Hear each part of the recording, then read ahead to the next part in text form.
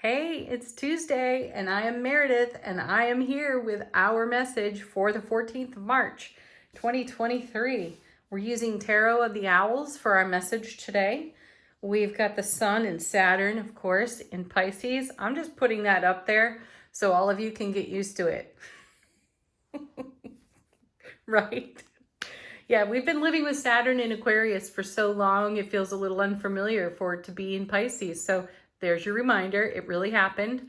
It did move signs, and get used to it. Yeah. All right, the moon it's a waning half moon in Sagittarius for us today. I've pulled a card from the Moonbeams in Magic Oracle to represent the overall theme of the day. What do we have? The synchronicity card. Oh gosh, do you recall last week when I was speaking on this topic after watching a podcast with Mel Robbins about just this synchronicity? And I was sharing with you that we were all tasked at the end of that podcast to look for hearts in our environment so we could see the universal synchronicity of discovering them, how the universe mobilizes its energy to show us exactly what we're looking for. And so I found them in the grocery store, which was great. And I find it fascinating that this card has hearts all over it. So synchronicity, it's real, it's there. And how are you engaging it? So check out that podcast. I highly recommend it. Mel Robbins, and I believe the title of it was It's More Than a Coincidence. It's not just a coincidence. You'll find it. It's on YouTube. Tarot of the Owls, energy atmosphere. What do we have? Oh, the Queen of Pentacles. Hey, 2 days in a row. This is nice. Yesterday she was with the High Priestess on the other side of the star, if I recall correctly. Mother of the material, master manifester. This energy remains with us. And we have the synchronicity card here, so you can be on the lookout in your environment for signs and symbols. And if you're asking yourself, is that a sign? The answer is yes, it is. The universe is talking to you in response to how you are speaking with the universe. Let's see what comes with this. Two of Wands, excellent. See, we are stepping through a gateway into a whole new world of opportunity. That's the message of the Two of Wands. We've got a new world view when we see the Two of Wands, and we have new considerations. And I like that this card is paired with the Queen of Pentacles because we're deciding how we wish to thrive in this environment. And it may be the breath of fresh air that Saturn in Pisces is bringing us. And I know not a lot of you are necessarily feeling that yet with Saturn in Pisces, though it's going to build. And that's another energy that I feel here in these two cards. We're building on something. We're adding layers to our foundation. Yesterday we saw the star. Not too long ago we saw the tower with the death card, the high priestess. We've seen the devil. So we've been taking things apart and we're reassembling them in a new vision. So we're deciding for ourselves just exactly how we can live in the high quality, exquisite nature of our own soulful presence on our foundation. And that will require some rearrangement of energy and a shift in frequency and a different way of manifesting. We're not so attached to outcomes because we're more focused on quality of life, which is something that I feel here with the Queen. And when we focus upon quality of life, the whole manifestation process gets simpler, doesn't it? Have you noticed? When you take your focus off the outcome and you put your attention into the journey and you're looking at the synchronicities, it's so much more thrilling and satisfying, isn't it? Because you have those, oh my word, wow moments, don't you? Yeah, you do. And it's so much fun. And then that energy is so expansive and so exciting that we can't help but create a ripple effect with that. And the journey gets even more interesting. So that's what I'm feeling here. The focus is on our current quality of life and how to expand upon that with a new worldview, a new vision, and our eye on the synchronicities, which is the divine conversation that we are having with the universe multiverse at all times. Two cards next. First of those two, hey, another one from yesterday. We had the Seven of Pentacles in yesterday's reading, and here it is again. I like this. This is a card of great cultivation. So we've got abundance, we've got bounty, we've got plenty of resource, and we have plenty of enthusiasm. I feel a burgeoning enthusiasm here on this Two of Wands as we take a look at a new horizon, and we are developing our lives in a high quality, highest and greatest potential type of attitude. So we're able to see the resources we have, the gifts, the talents, all of it, and how we can put it to use and stay in the energy of allowing everything to grow in its own right way, in its own right timing. Here again, it's a reminder to us that there's a lot going on behind the scenes. This is what I love about the Seven of Pentacles. It is such a card of cultivation. And in traditional tarot, you see the person who's tending the vine looking a little bit apathetic, we'll say, as if they're tired of waiting for the harvest, or perhaps they're even weary of tending the vine itself. And this card is a great reminder to allow things to come to you. Life happens for us, not to us, not at us. It happens for us. And the Seven of Pentacles is a great reminder of just that. It's happening for us. Like when we're looking at our tomato plants grow and blossom and pop all those gorgeous tomatoes, right? We're not necessarily thinking about what's going on within the root system, what's going on within the vine of that tomato plant, are we?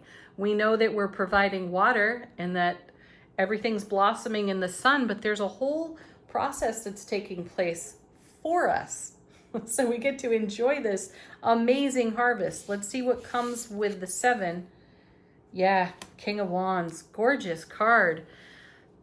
More self-mastery. We'll get to that in a moment. And I feel like that king represents us overseeing our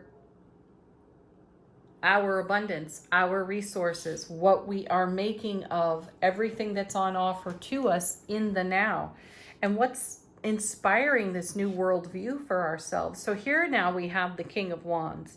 He is extremely gifted, talented, an amazing leader.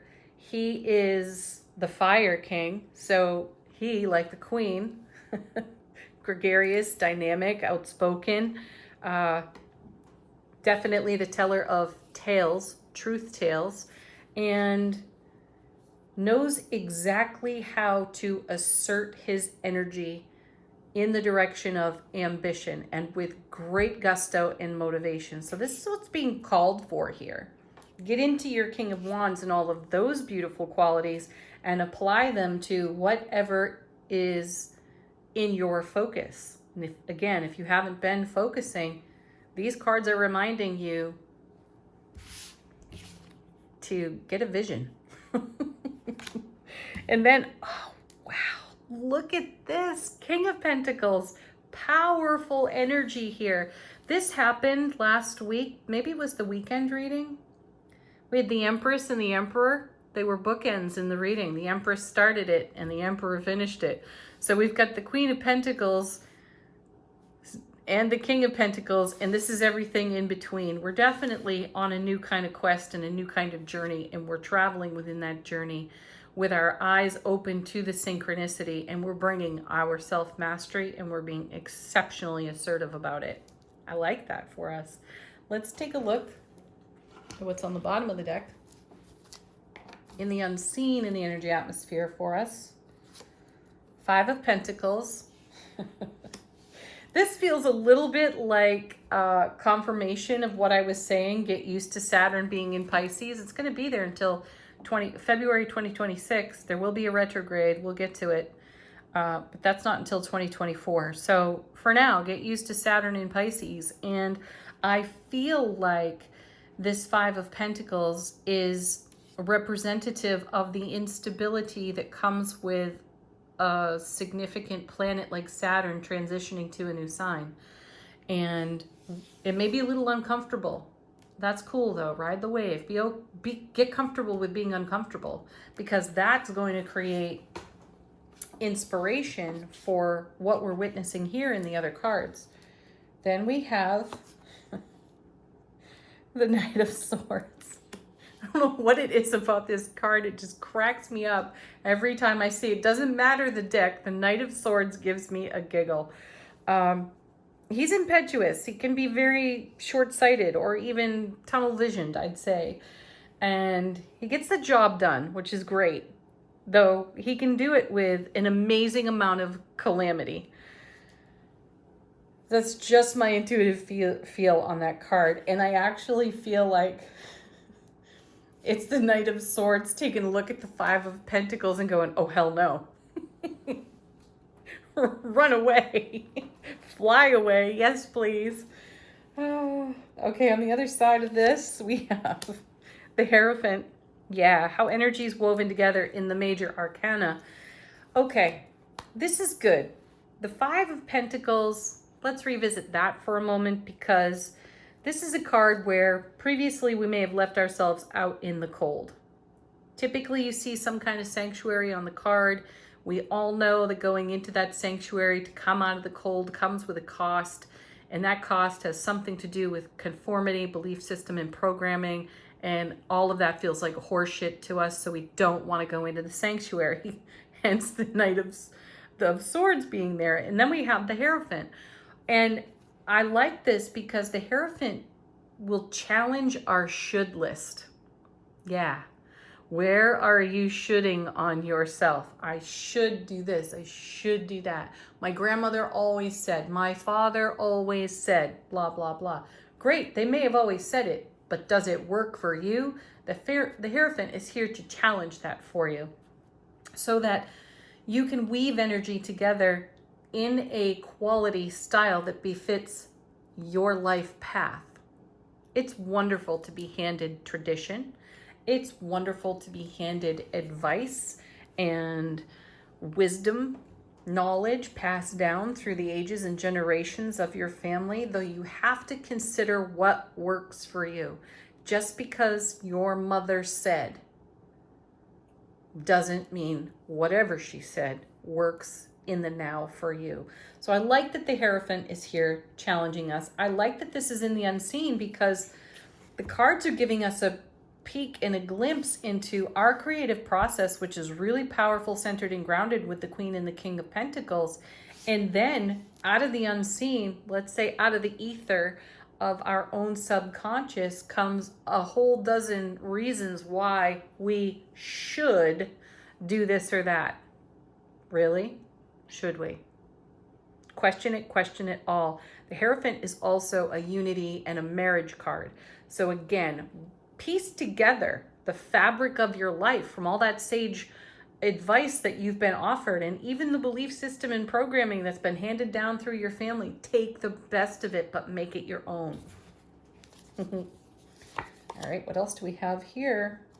Page of Wands. I like this. So we have the Two of Wands, the King of Wands, the Page of Wands. So this is a new and fresh perspective, a new message for you to channel for yourself in the way that you consider how you respond to your own programming.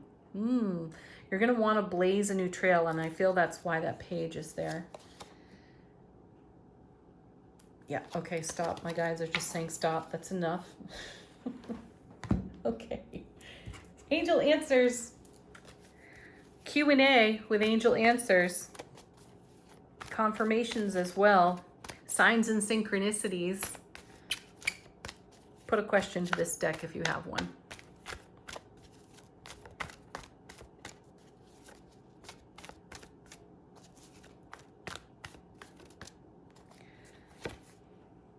I like this. Reconsider. Yes, that's exactly the message of the Hierophant. Reconsider the way you think about things, the way you even feel about things.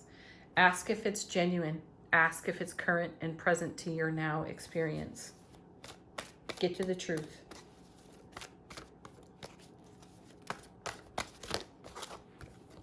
Next, Romance, yeah. I love seeing this card. It's so sweet. It's the reminder. It confirms the Hierophant again for unity, energy being woven together. It is the reminder that you are the greatest lover of your life. You're it. Tag, you're it. And what are you romancing into being? What requires some reconsideration so you can live the greatest love of your life? Again, we're talking about your quality of life. And what do you need to do to manifest the highest and greatest potential quality? Coming with, maybe there's the answer. Trust yourself, trust your knowledge, and trust your channeled wisdom incoming through your intuitive gifts. No need to worry. Nope. Just know. Okay, final word on the reading from Shaman's Dream Oracle. How is our soulful presence informing our waking consciousness?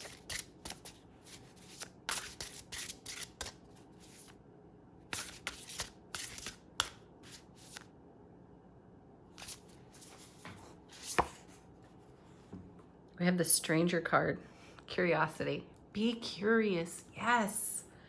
Absolutely be curious and run that down. Whatever you are curious about, self-educate. Yes, yet another message from the Hierophant. Be curious and go satisfy your curiosity with knowledge. Have a beautiful Tuesday, everyone. Peace, love, happiness. Romance the heck out of your life. Namaste.